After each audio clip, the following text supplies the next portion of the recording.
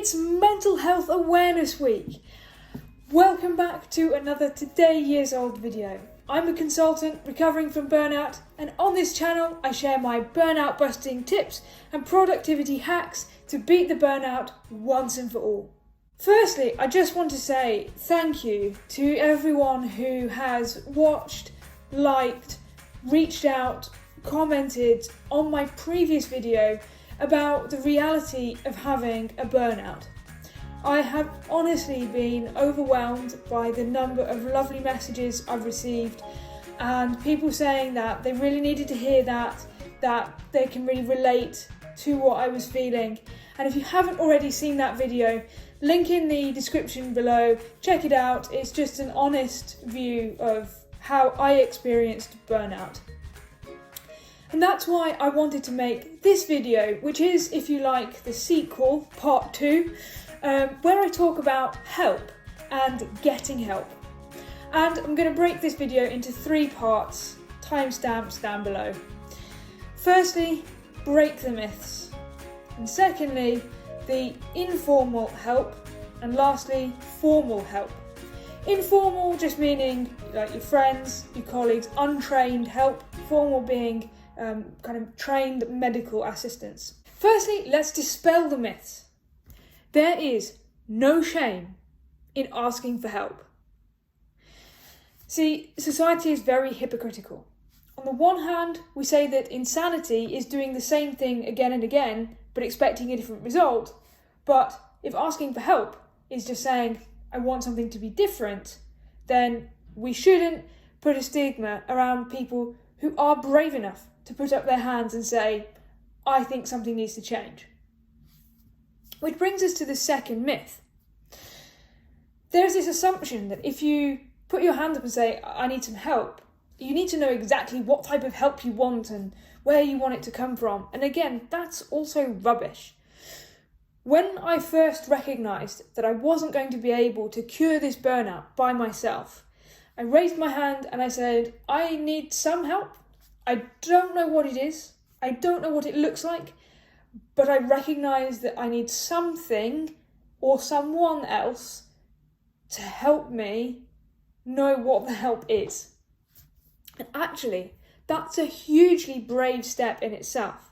And I think if more people put up their hands and said, hey, I think I need some help, don't know what it is, that would be a great way to start breaking down the barriers and the stigma around asking for help. So if you watch no further or you take nothing else from this video, just take those 2 things. There is no shame in asking for help. It is a sign of strength. It is not a weakness. It is strength to recognise that something needs to change. And you don't have to do that with having all the answers already. It is simply enough to put up your hand and say, I need some help. Which brings me to the second part of the video, leveraging informal help. Here I just mean people who aren't trained in medical or mental health professional services.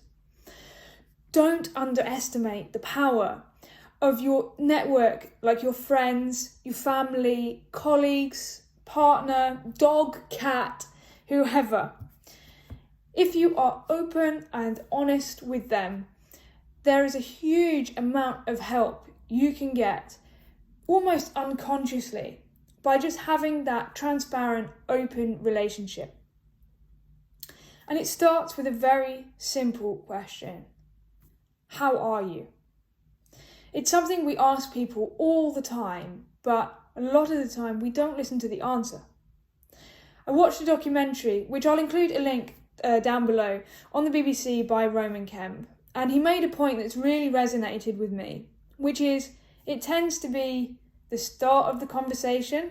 Like you open it and say, oh, how are you? And then you don't really listen to the answer. You move on to the point of the conversation. But actually, that first, how are you? That is the point of the conversation.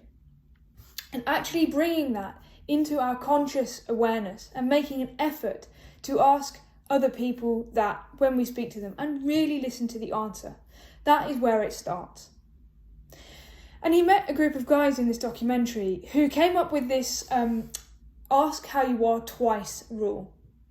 And I've used this myself across my friendship groups and also my colleagues, and I can't tell you how revolutionary it is, and I would encourage you to try it. I mean, go away and try it now.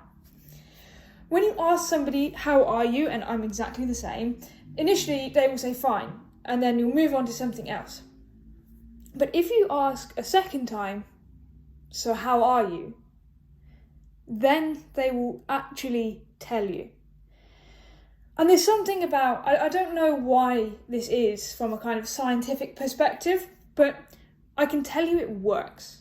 When you ask somebody, how are you, they say fine. And you say, okay, that's good. How are you?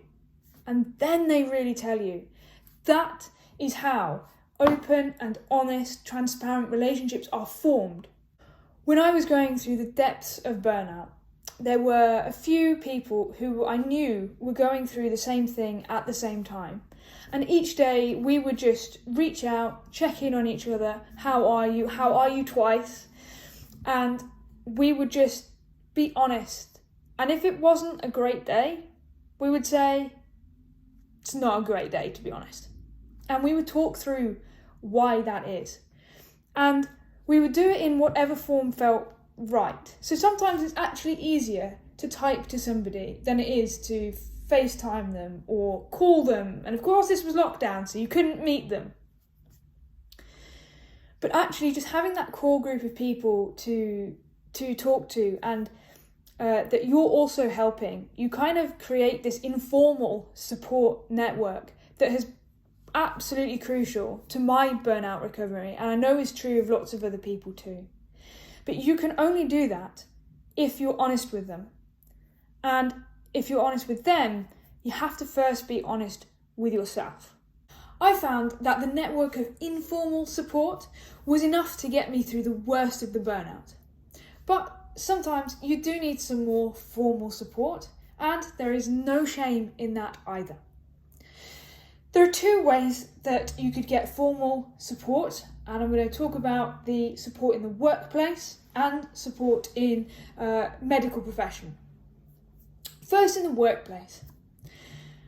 I can't comment for other companies, but I know that in Accenture we are lucky enough to have an employee assistance line. This is a 24/7 completely confidential line that any employee can ring and speak to a trained mental health professional. This might be an informal counselling session, or they might help you just get clarity on your thoughts. And I am not ashamed to admit that I rung them. I rung them before I had worked out that what I was experiencing was burnout. When I rung, I thought that I was somehow rubbish at my job. I couldn't work in the way I used to. I thought I'd lost my touch and that I was just not cut out for this anymore. And when I rung them, they explained the concept of burnout, and I remember them saying, "You sound burnt out." And what they helped me to realise is it's not that I need to put more pressure on myself, it's that I needed less. And it was a big turning point in realising that actually some time out probably is the right thing. So that's how I used them, and I'm not ashamed to admit it. They are there to be wrong. If you need that support, you want to talk to somebody, give them a ring. It's completely confidential. Nobody needs to know. You don't even need to tell your pet. The second element of workplace support is I took 3 weeks out from work. I took 3 weeks sick leave. And when I came back, I spoke with HR about what's the best way to return. Again, I've been really fortunate that in our company, we're very progressive about attitudes to mental health and getting the right support in the workplace. So I decided that the way I wanted to come back was full-time straight away. I just know that if I'd come back part-time, I wouldn't have worked part-time. I'd have been working full-time during part-time days. It just wasn't right for me. But they explained to me all of the different options, all of the different pros and cons. I wasn't forced into making any decision quickly.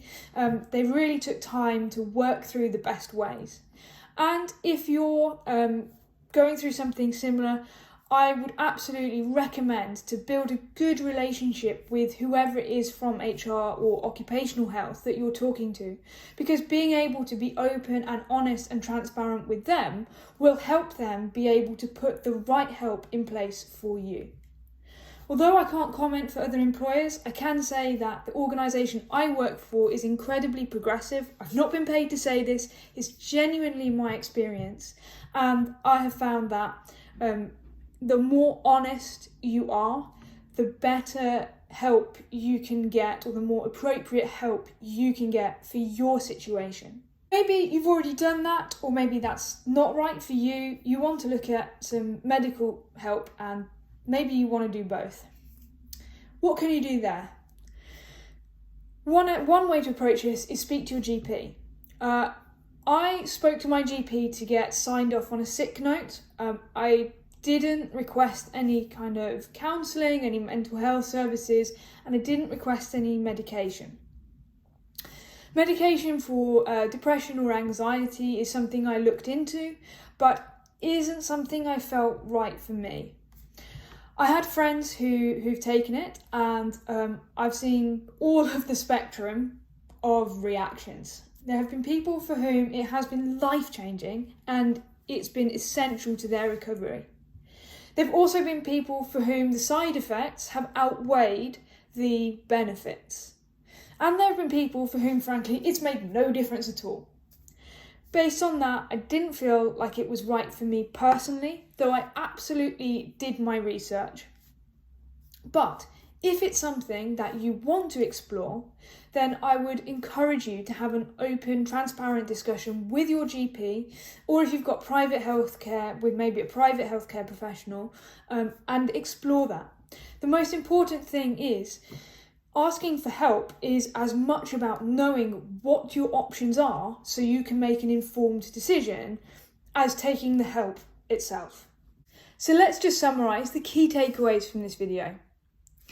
Be honest with yourself, with the people around you, and asking how are you twice will enable you to build those relationships that make saying how you really are a safe space.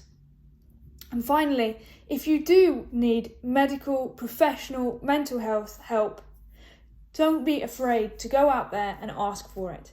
I want to live in a world where asking for help isn't considered a sign of strength, because it's just normal, that it is normalised to ask for help when you need it and for that help to be available.